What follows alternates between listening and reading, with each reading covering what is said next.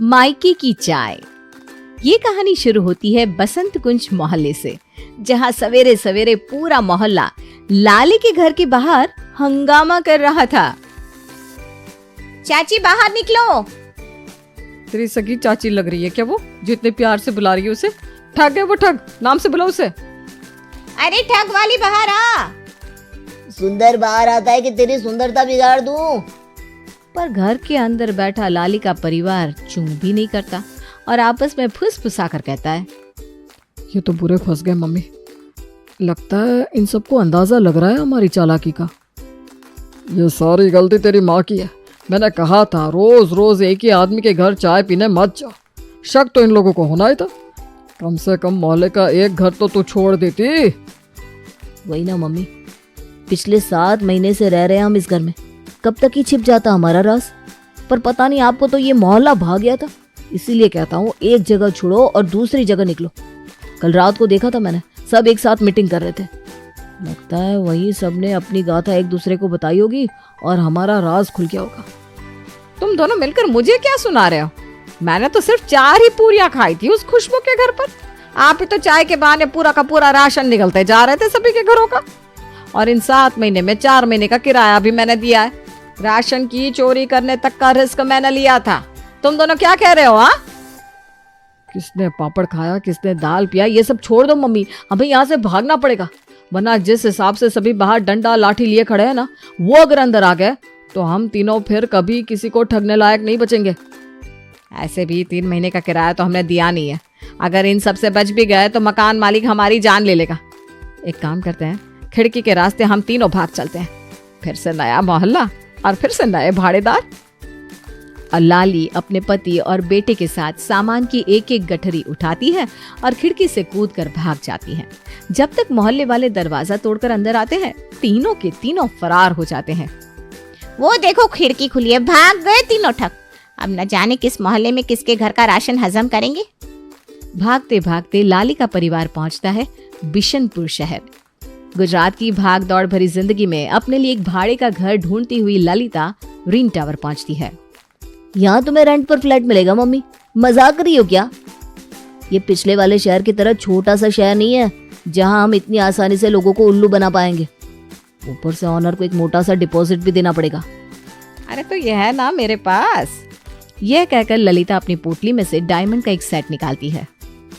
इसीलिए तो आज तक मैं तेरा दीवाना हूँ लाली।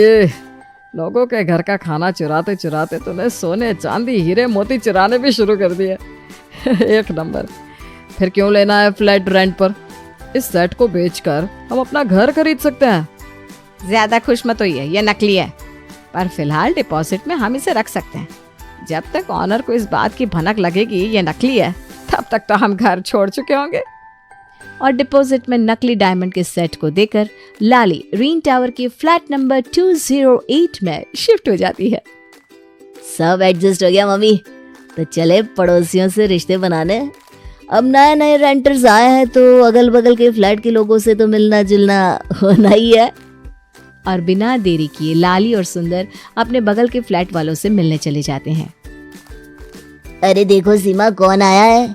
तुम पूछ रही थी ना बगल वाले फ्लैट में कौन से नए रेंटर्स आए हैं। ये हैं वो लोग। आइए आइए भाई साहब, आइए भाभी। चलो अच्छी बात है, इस बार एक परिवार आया है रहने। इसके पहले तो 2-4 बैचलर्स रहते थे। रात भर गाना बजाना, दिन भर सिगरेट पीना। मेरी बेटी तो सिगरेट की स्मेल से ही परेशान हो जाती थी। अच्छा, तो आपकी बेटी भी है?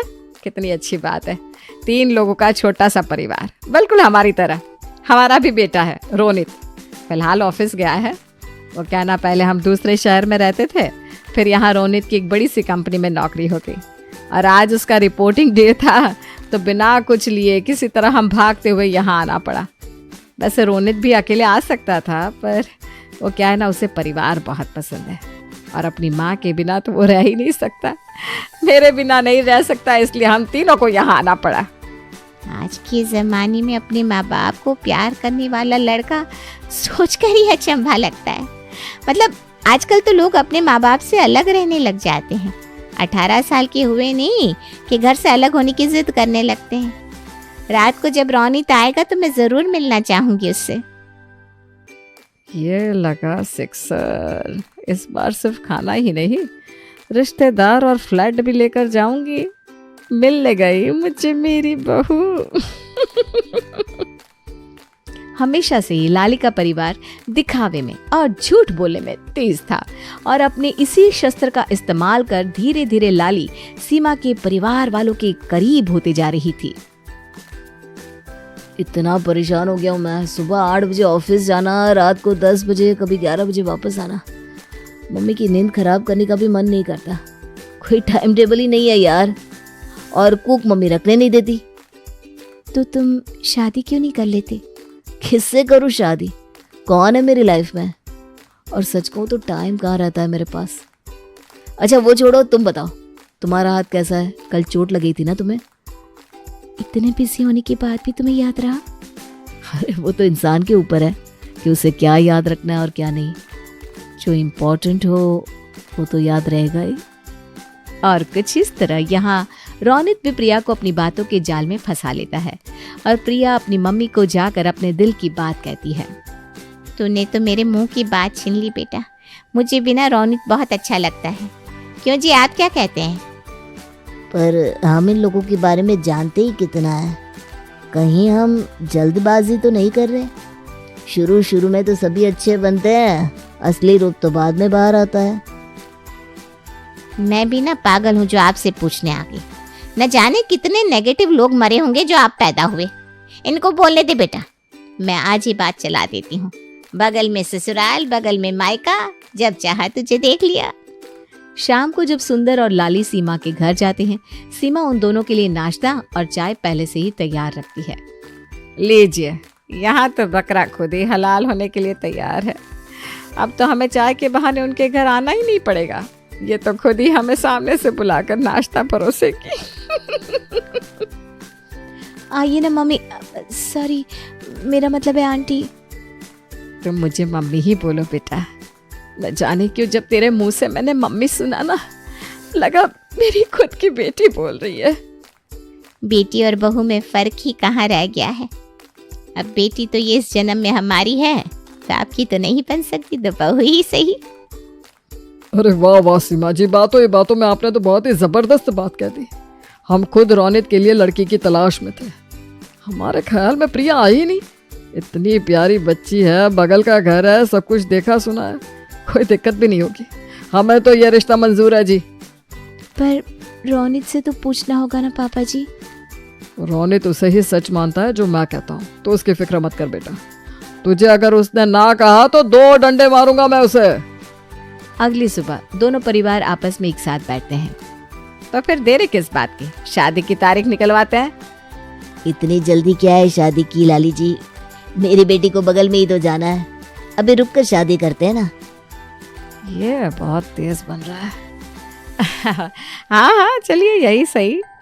और उसी वक्त दोनों परिवार की मौजूदगी में प्रिया और रोनित का रोका हो जाता है। रोका होते ही लाली के पूरे परिवार का बर्ताव ही बदल जाता है। उसी शाम रोनित चाय पीने के बहाने प्रिया के घर आता है। तुम्हारे हाथ की चाय प्रिया इतनी याद आ रही थी कि ऑफिस छोड़कर मैं आ गया। बहुत अच्छा किया तुमने। मैं भी तुम्हें बात मिस कर रही थी।